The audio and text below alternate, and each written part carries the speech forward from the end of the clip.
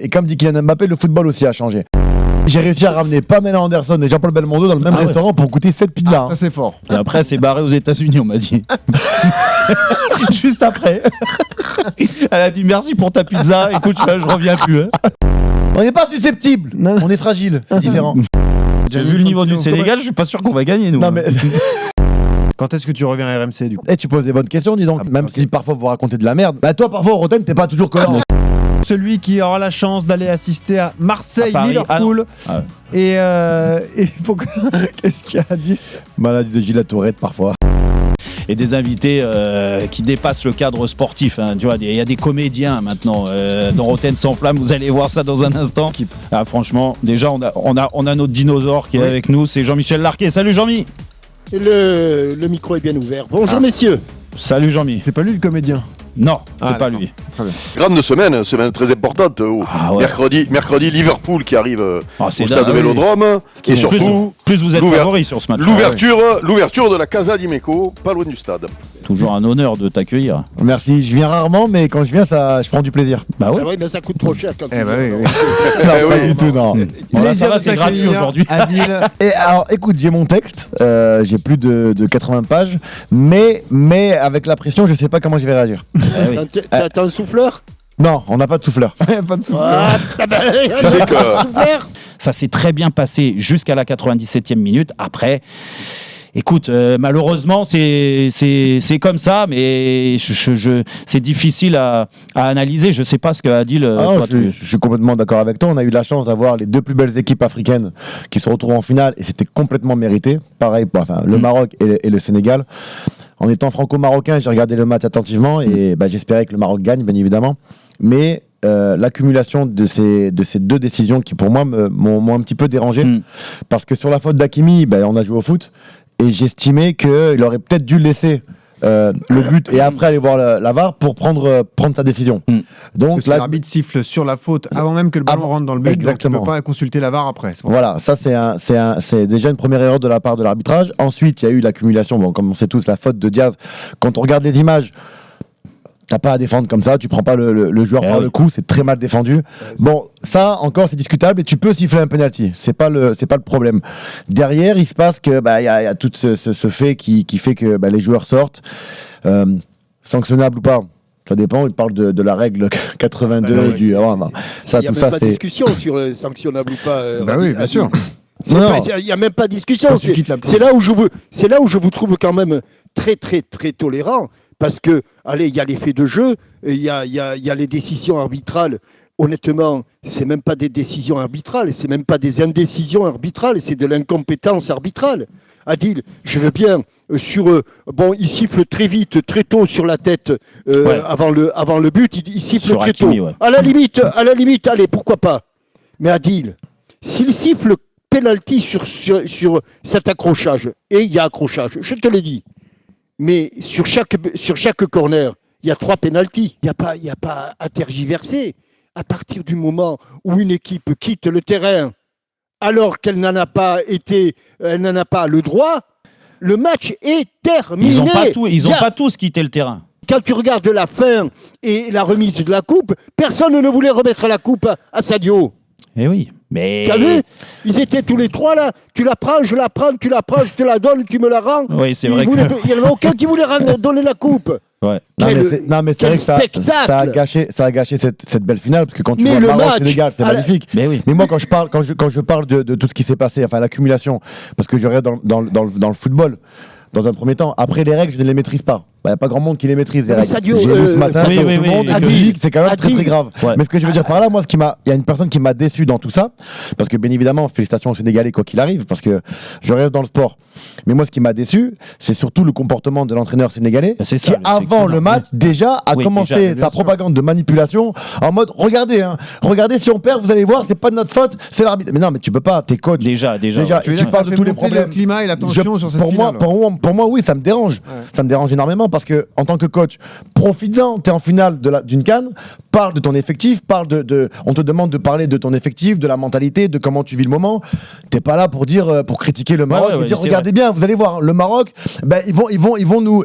Quand t'es c'est coach, la petite musique qu'on a entendue pendant toute la voilà. Et quand t'es coach, bien évidemment que les joueurs ils t'écoutent, on a été joueurs, donc c'est le chef de bord. Ça dépend lesquels. Mais... Donc ça dépend lesquels. Mais du coup inconsciemment, les joueurs, voilà, c'est ce qui s'est passé. Oui. Voilà, faute, pas faute, on sort, c'est bon, le coach nous avait prévenu. Et bien tes copains de revenir parce que vous risquez d'être lourdement sanctionnés. Oui, c'est pas au courant. Okay. Oui, et puis surtout, il y a une Coupe du Monde, Adil, dans quelques mois aussi, donc t'imagines, ils reviennent pas. France-Sénégal. Ça n'occupe pas, mais ça l'occupe. C'est mieux qu'il soit forfait pour nous. Pourtant, le président de la FIFA, ton ami, était là, Jean-Michel. J'ai vu le niveau du Sénégal, je suis pas sûr qu'on va gagner, nous. Non mais ça vous choque pas les gars, ça vous choque pas? Des invités, ça va arriver, El Hadji Diouf va pas tarder. Bon, il est un peu en retard, c'est l'heure sénégalaise. Ça c'est les attaquants.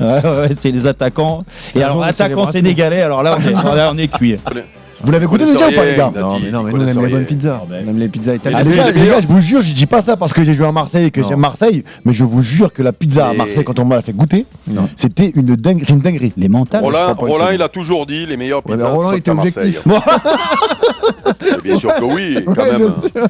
J'ai réussi à ramener Pamela Anderson et Jean-Paul Belmondo dans le même restaurant pour goûter cette pizza. Ça c'est fort. Mais il n'y a que toi qui pouvais faire ça. Ouais, ça, c'est sûr. Et après, c'est barré aux États-Unis, on m'a dit. Juste après. Elle a dit merci pour ta pizza. Écoute, je reviens plus. Allez, on y va. C'était un mauvais timing, cette histoire de Panenka. Ouais, oui. Et moi, le premier, ça m'a fait vraiment mal au cœur. Maintenant, on se doit de lui pardonner.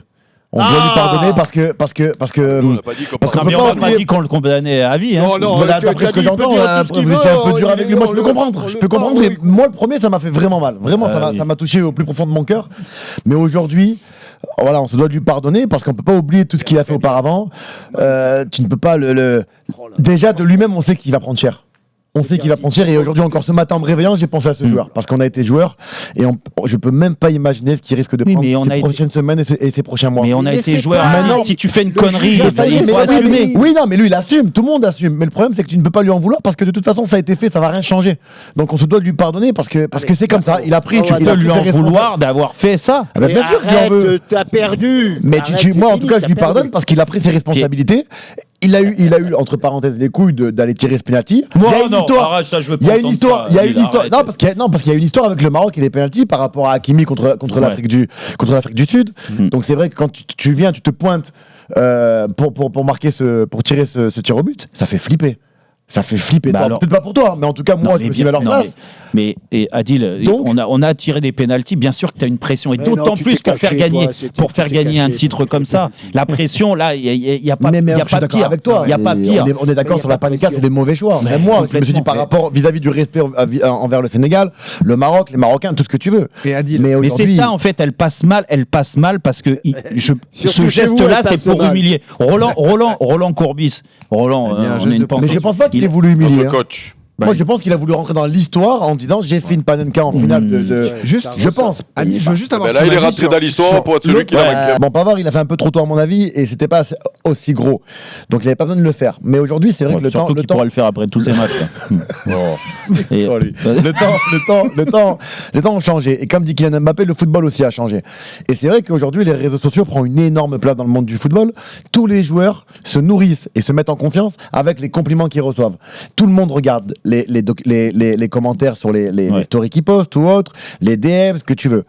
En contrepartie, la pression, elle est multipliée par je sais pas combien par rapport à l'époque. Je vais pas vous mentir, je suis désolé, même moi, je viens de cette génération, parce que moi, j'ai connu les deux. Et tu sens, là, son téléphone, il va même pas pouvoir le prendre. Il peut même pas ouvrir ses réseaux sociaux parce que là, la pression est ce qu'engendre la célébrité, voire. Mais c'est une forme de pression, Eric. Ah non, mais la pression, c'est avant de tirer le penalty, ce que tu as avant de tirer le penalty. Est-ce que c'était la même avant? Et c'est exactement la même qu'avant. T'es d'accord avec nous, Adil, là-dessus? Ouais, la pression, ça reste la même avant de tirer le penalty. J'ai fait ça parce que j'avais besoin de retrouver de l'adrénaline et de la pression. Quand on arrête notre carrière, j'avais le sentiment d'avoir tout perdu. Il nous reste de l'argent, certes, mais on n'a pas ce qui nous alimente le plus. Pour moi, c'était l'adrénaline, la pression, le fait d'être jugé. Et donc là, je l'ai retrouvé grâce à tout ce que j'ai pu faire jusqu'à ici, Danse avec les stars et tout ce que j'ai pu faire. Et là, maintenant, ça y est, j'ai trouvé une voie qui s'appelle le théâtre. Je prends tout le monde à contre-pied parce que j'articule pas tout le temps. J'ai pas une bonne mémoire, mais ça a l'air d'aller. Adil, tu crois que Alain Delon, quand il montait sur scène, il avait moins la pression que toi, du coup? Ah bien sûr. Il n'y avait pas les réseaux sociaux, c'est pour ça, Eric. Non, mais il devait pas avoir de pression, lui non plus, puisqu'il paraît qu'à l'époque, il n'y avait pas de pression. Donc, non, mais ils sont toujours susceptibles à leur âge. C'est fou, Jérôme dit quelque chose. On n'est pas susceptible, on est fragile, c'est différent. Ça, par exemple, c'est un truc que je dois dire sur scène. Tu vois, ça fait partie des. Peut-être tu le dis bien, hein. T'as pas de problème d'élocution, là. Alors, ouais, non, ça passe quand je crie. Aujourd'hui, j'ai 40 ans. Et on apprend à se connaître. Ouais. Putain, j'ai pris un sacré coup de vieux. Et j'ai l'impression d'être fait pour transmettre des émotions. J'aime transmettre des émotions en tout cas. Et c'est vrai que je prends du plaisir à jouer au théâtre parce que j'ai l'impression que les gens kiffent quoi. Quand est-ce que tu reviens à RMC du coup? Écoute, normalement j'ai rendez-vous avec votre chef pour voir si je peux rejoindre une équipe un jour tôt ou tard parce que vous êtes quand même une grande chaîne, même si parfois vous racontez de la merde, mais vous n'êtes pas toujours cohérent. Pas dans cette émission. Ça dépend. J'écoute pas tout le temps. Toi parfois Roten t'es pas toujours cohérent. Mais comment ça sur quoi? Sur le football. J'ai pas d'exemple. Il a raison, on te le dit toutes les semaines, Jérôme. Après bon. Non, j'ai pas d'exemple. Non, ce que je veux dire c'est que voilà, c'est bien parce que je sais qu'elle est écoutée. J'ai beaucoup d'amis d'ailleurs que je salue qui t'écoutent, qui vous écoutent tous. Et ça fait plaisir. T'es le bienvenu en tout cas. T'es bienvenu. Merci. Et on espère surtout que ça va cartonner ta pièce. Le cinéma, après, avec ma gueule, je pourrais, mais bon, j'attends. Voilà. Merci Adil. L'Apollo Théâtre. Le problème, c'est que les rôles de Jérôme, c'est Brad Pitt qui les prend. C'est ça, exactement. Je pourrais le doubler, déjà pris. La question qu'on oublie aussi, c'est de savoir comment Naïef va revenir. Parce que le coup psychologique qu'il a pris pendant la CAN. Oui, mais ça va durer quelques temps, mais à terme, c'est pas lui qui a raté le penalty. Hein. Non, bien sûr. Mais bon, c'est intéressant ce que tu nous as dit, Adil. Tu trouves qu'on est trop dur avec De Zerbi habituellement ici? Parce que tu nous écoutes. Moi, je suis team De Zerbi. Le football qu'il propose, je kiffe. Donc, le seul truc que je lui reproche. Tu as kiffé souvent depuis le début de la saison? Le turnover qu'il propose, pour moi, c'est compliqué. Juste en étant défenseur. Moi, je suis défenseur central. Plus j'enchaîne, mieux je me sens. Voilà, c'est la seule chose que voire même pour les automatismes, Adil. Moi, c'était mon propos. Voilà, moi, ça me gonfle quand il change tout le monde le temps de compo derrière. Eric, c'est impossible qu'il joue ce match-là? Je sais pas. Moi, je me mets à la place du coach. Je me dis, avec le voyage, toute la pression qu'il a subie au Maroc, j'essaie de faire devant le. Non, mais le choc psychologique, il existe. Hein. C'est vrai. Ça reste un Et puis là, ça arrive vite. Mais quand tu as la tête dans le seau, le mieux, c'est de jouer aussi. Oui, c'est vrai. Non, mais c'est vrai, je suis d'accord avec Eric, moi. Quand même. Mais moi, c'est un élément super important pour l'Olympique de Marseille, bien évidemment. Naïef Aguerre, c'est le défenseur de l'Olympique de Marseille. Surtout qu'il y a une différence de niveau avec Balerdi, je suis désolé. Et c'est le moment de recevoir le gagnant du jeu, Jérôme, celui qui aura la chance d'aller assister à Marseille-Liverpool. Et qu'est-ce qu'il a dit? Maladie de Gilles Tourette parfois. D'accord. Ok, je comprenais pas. Un geste de radio qui était difficile à comprendre. Et merci vraiment pour l'accueil pour tout. Et Liv de Zerbi. Je l'avais bonne chance.